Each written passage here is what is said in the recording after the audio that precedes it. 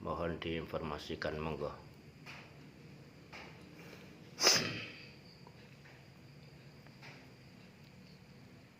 Habis bangun tidur langsung pingin kesini, terus sampai Bangun tidur jam berapa tadi? ya seperti biasa bos. Soalnya kalau tangi jam 10. Biasa bangun seperti biasa jam 8 berangkat ke sini. Ya.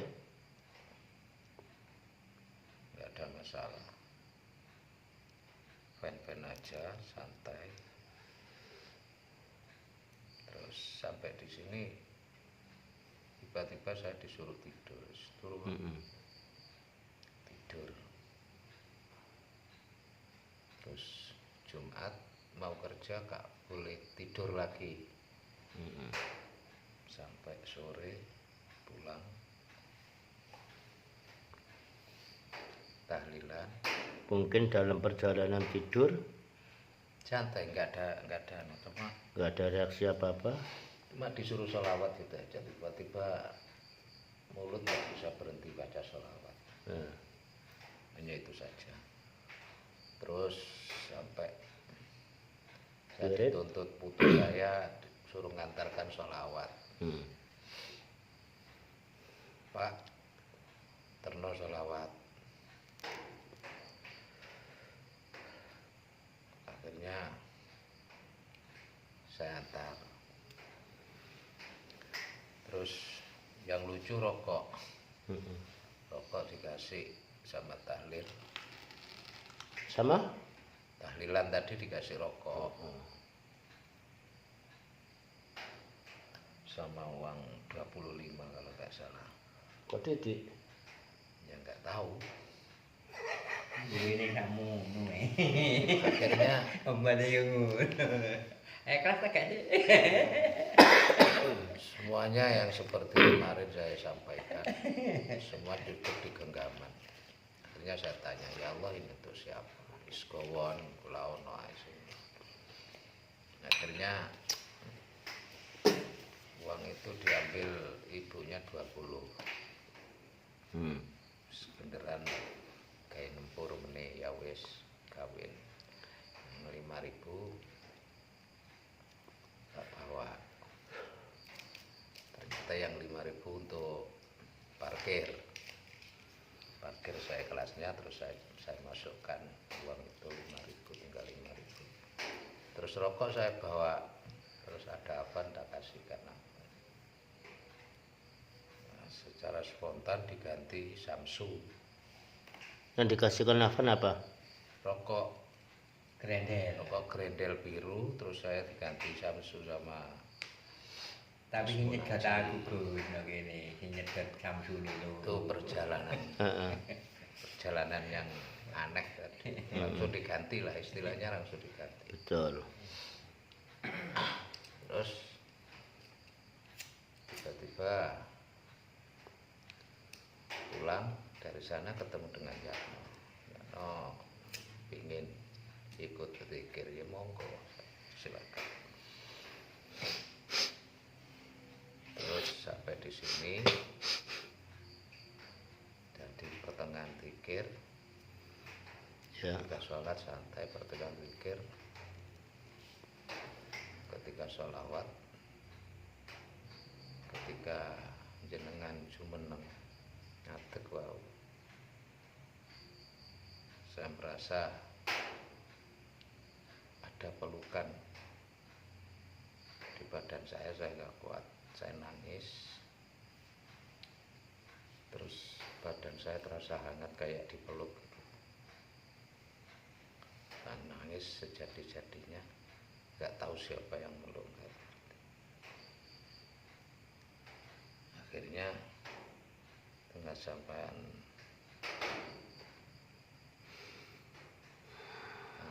selesai tadi, badan saya disuruh membungkukkan sejadi-jadinya sampai ketemu dengan lutut, ketemu dengan kaki. Hanya itu infonya.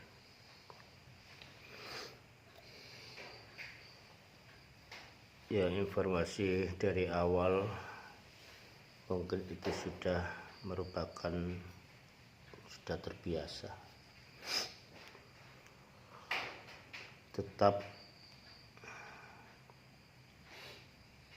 waktu kita sekarang adalah waktu percaya, waktu yakin.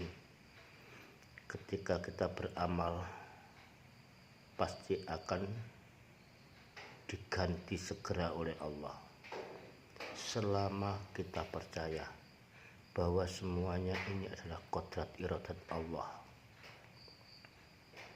Allah tidak pernah melayani janjinya, pasti akan dikabul sesuai dengan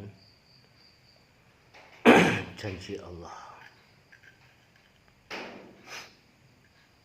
Hanya kita tidak boleh takut dengan apa yang kita belanjakan, apa yang kita amalkan, karena semuanya diperhitungkan oleh Allah, dihitung oleh Allah, diganti oleh Allah yang lebih banyak. Hal adullukum ala tijarah, kita disuruh berdagang oleh Allah, menggadekan apa yang kita punya kepada Allah, pasti Allah lipatkan semua itu.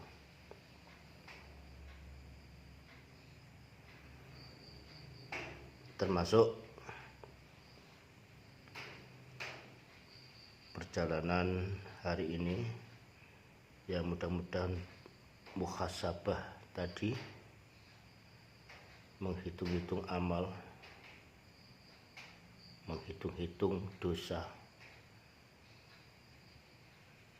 yang lalu pernah kita lakukan, semua dosa, dari dosa kaki, dosa tangan, dosa mata, dosa pikiran, otak kita semua, telinga,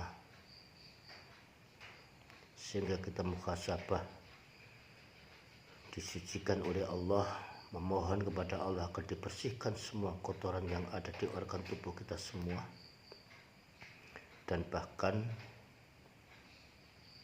memohon kepada Allah agar Allah izinkan lafaz Muhammad, kekasih Rasulullah Sallallahu Alaihi Wasallam, agar menempel di seluruh tubuh kita, bahkan masuk ke dalam pori-pori kita. Insya Allah dengan kita istiqomah melafadzkan itu, kita merasa tertanam nama Muhammad, nama kekasih Allah ada di tubuh kita. Insya Allah kita nanti akan mendapatkan syafaat dari beliau Rasulullah Sallallahu Alaihi Wasallam.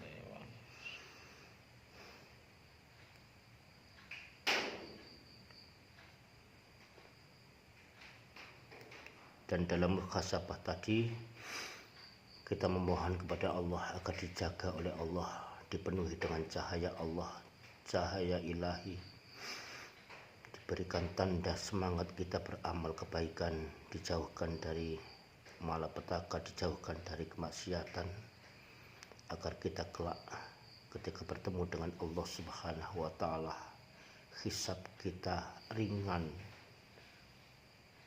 dalam urusan dosa kekurangan kita, dan berat timbangan amal kebaikan kita. Allahumma amin.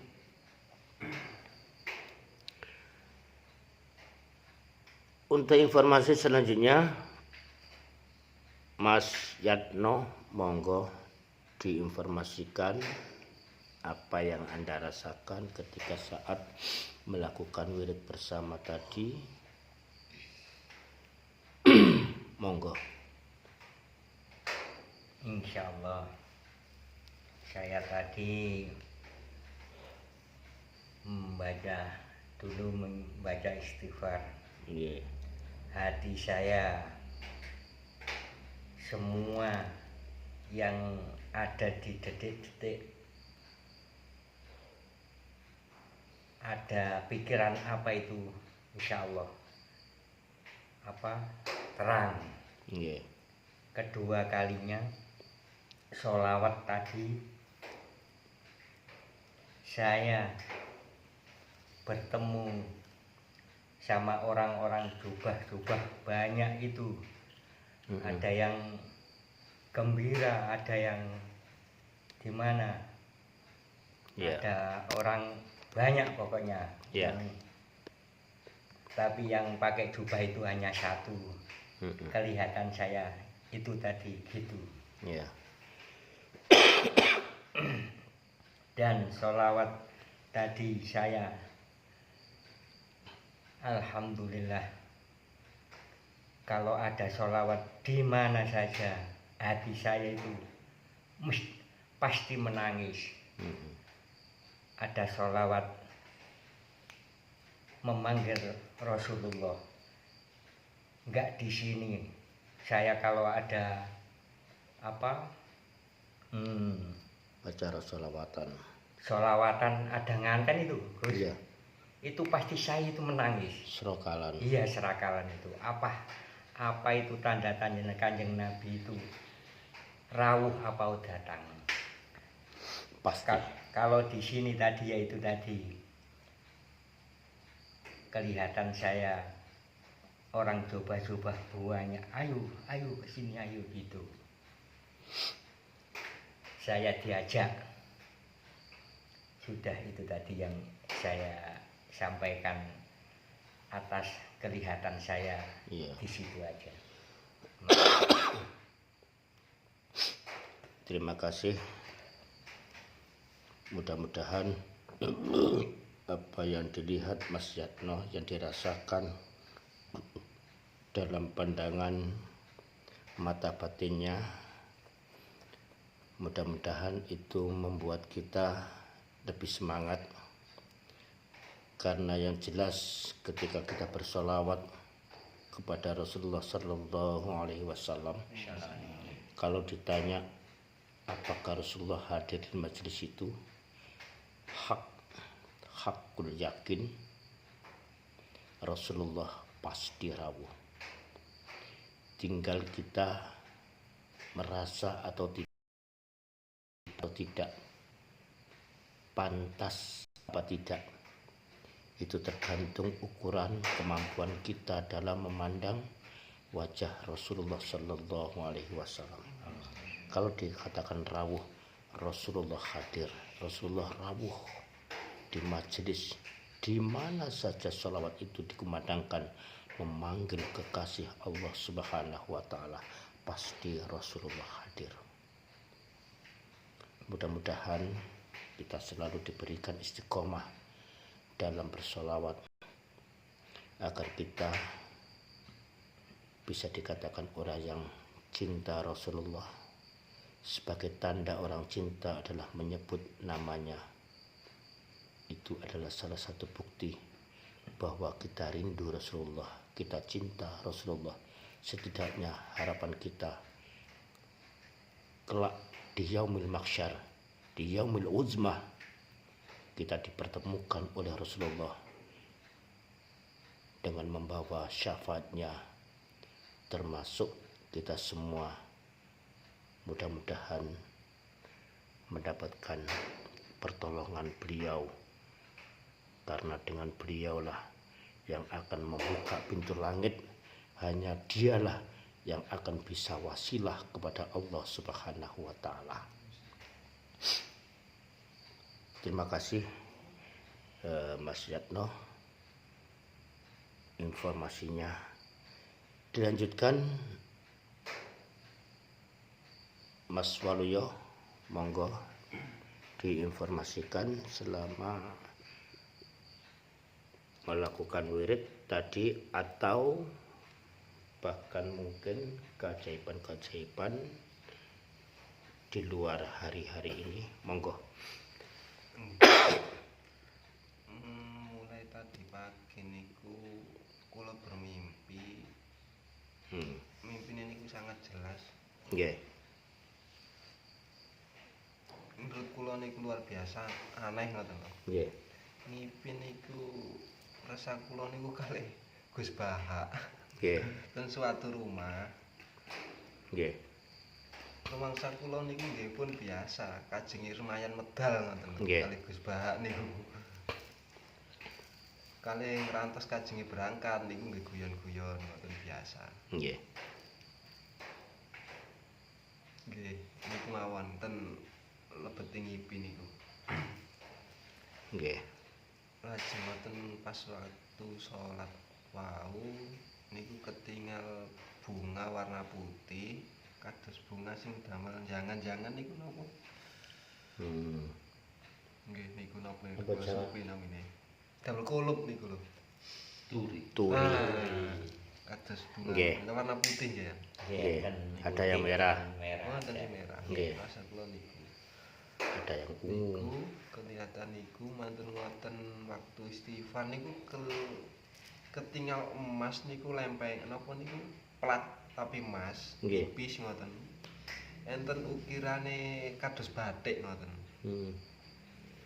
Niku mawon lajeng ngoten waktu sholawat pas panjenengan menangis niku kados enten tiyang niku buka lawang niki jubah putih tinggi besar wingking-wingking nggih enten jubah-jubahan putih ngoten. Rumaos kula duka sahabat Kanjeng Nabi duka ya napa sing wingking niku ngoten. Lah sakala niku badan niku merowinding cuma kajenge melampiaskan ikut menangis niku tersendat-sendat. Nggih, namung ngoten. Insyaallah ngoten.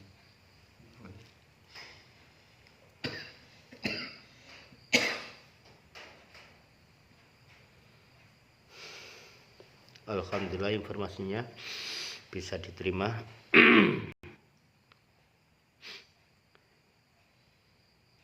Jadi ketika waktu tidur itu banyak orang yang mengatakan bunga tidur. Namun kita harus yakin ketika mimpi itu baik, kita harus yakin bahwa itu adalah suatu kebaikan.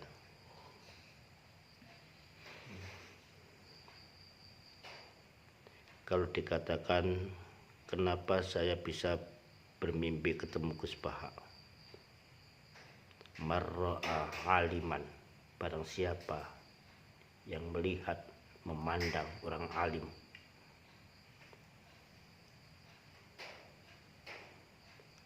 maka ra'a Rasulullah sallallahu alaihi wasallam, dia itu melihat wajah Rasulullah. Karena al ulama warasatul anbiya, orang alim itu pewaris Nabi, khalifah Nabi, dikarenakan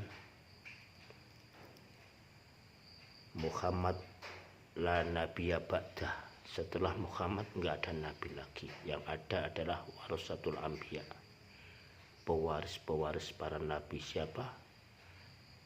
Al ulama. Oleh sebab itu, ketika kita cinta kepada Rasulullah, cintailah gurumu, cintailah orang alim, maka sama halnya engkau mencintai Rasulullah sallallahu alaihi wasallam sebagai pemegang, pemberi waris kepada khalifahnya. Jadi jangan dianggap hari ini tidak ada nabi, nggak ada rasul, nggak ada risalah nabi, nggak ada risalah rasul. Maka pemegang mandat Rasulullah, pemegang mandat nabi rasul adalah para wali-wali niku insyaallah. Niku ulama-ulamae nabi rasul. Siapa? Alladzina, orang-orang siddiqin wassalihin, orang-orang yang jujur, yang baik, orang-orang yang soleh. Itulah pewaris Nabi Rasul. Untuk yang dilihat oleh Rasulullah, oleh Mas Waluya tadi, maaf, ketika yang dilihat oleh Mas Waluyo ketika mata batinnya saat melakukan wirid, insya Allah sama yang dilihat oleh Mas Yatno, sama yang dilihat oleh Mas Waluyo. Tapi yakin beliau adalah Rasulullah Sallallahu Alaihi Wasallam ma'a sahabah. Dan yang dirasakan oleh Pak Mudin dalam pedukannya tadi adalah beliau-beliau tersebut mencintai kita semua, menyayangi kita semua, memohon agar majelis wirid ini diistiqomahkan, selalu menyebut asma Rasulullah, menyebut para sahabat-sahabat Rasulullah, agar senantiasa tanda cinta rindunya kepada beliau-beliau. Mudah-mudahan dengan harapan kita istiqomah melakukan hal ini, mudah-mudahan kelak kita disapa oleh Rasulullah, kita dinaungi oleh bendera Rasulullah yang namanya Liwaul Hamdi, dan kelak kita selalu mendapatkan syafaat dari beliau Rasulullah Sallallahu Alaihi Wasallam. Terima kasih informasinya. Merupakan penutup sekaligus watawassaw bil haq watawassaw bis sabr, ingat-ingatan, saling mengingatkan, saling ingat dan mengingatkan. Perjalanan hari ini khususnya untuk Pak Mudin ini adalah melihat kebenaran. Jangan melihat dari bentuk apapun, itu merupakan sisi kejelekan, sisi kesalahan. Pandang semua dalam pandangan kebenaran, dalam pandangan semuanya pandangan qadrat iradat Allah. Karena sudah kita melihat semuanya ini adalah atas kuasa Allah, qadrat iradat Allah, maka perjalanan skenario yang kita lihat ini adalah bentuk perjalanan Allah untuk hambanya, maka harus senantiasa melihat dalam kebenaran. Ketika kita diuji dalam balak musibah, pastikan hati kita sudah terlebih dahulu mengatakan benar. Ketika kita melakukan, melihat, merasakan ketidakenaan, pastikan jiwa kalian mengatakan benar. Ketika orang mengejek, menfitnah, dan lain sebagainya, katakan itu benar. Karena semua bentuk enak dan tidak enak itu adalah pemberian Allah. Untuk yang enak kita tetap diuji dengan keenakan, dan ketika kita diuji dengan musibah, ketidakenaan, itu juga ujian. Maka apapun bentuknya, kita tidak boleh mengatakan itu adalah salah, itu adalah jelek, itu adalah macam-macam. Karena semuanya adalah berupa ujian. Pemahaman semacam ini hanya kita terima secara pribadi, ya, secara pribadi, tidak bisa diungkapkan secara umum. Karena kalau kita bicara secara umum, kita bicara tentang syariat, tentang aturan. Pastikan Anda mengatakan apa yang kamu lihat hak itu dari Allah. Apapun bentuknya, kita terlebih dahulu mengatakan benar, baik. Tidak ada yang janggal, nggak ada yang ganjil, nggak ada yang salah, semuanya adalah skenario Allah Azza wa Jalla. Ini pelajaran hari ini, hari yang ke-14. Siap-siap menerima perjalanan semuanya. Ini adalah kita harus yakin bahwa ini adalah proses Allah menguji seorang hamba yang melakukan khalwat. Bisakah melihat aku dengan kebenaran? Tidak melihat aku dalam keangkuhan, tidak melihat aku dalam kesalahan, tidak melihat aku dengan suudzon. Jadi perjalanan ini harus kita yakin, hari yang ke-14 menuju ke-15, pelajarannya aku memandang takdir Allah, aku melihat skenario Allah, aku melihat ketentuan Allah apapun bentuknya. Insya Allah sangat difahami ya. Sekian informasi hari ini, saling ingat mengingatkan, mudah-mudahan bermanfaat. Akhirul qouli hadza, astagfirullah wa minkum. Assalamualaikum warahmatullahi wabarakatuh.